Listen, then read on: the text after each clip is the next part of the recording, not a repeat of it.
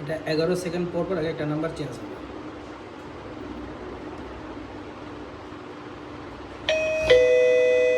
1. Please take the order. 2. Please take the order. 3. Please take the order.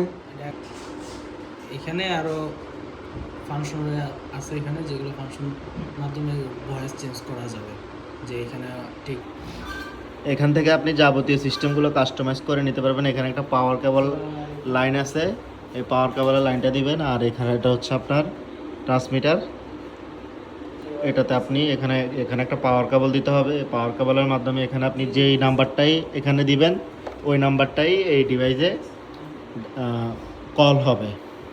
আমি যদি এখানে 50 দিই, এখানে 50, এই টাইমটা আপনার 11 সেকেন্ড পর্যন্ত এটা স্টেবল থাকবে। এর মধ্যে যদি আপনি অন্য কোনো নাম্বার দিতে চান সেটাও এখানে শো করবে।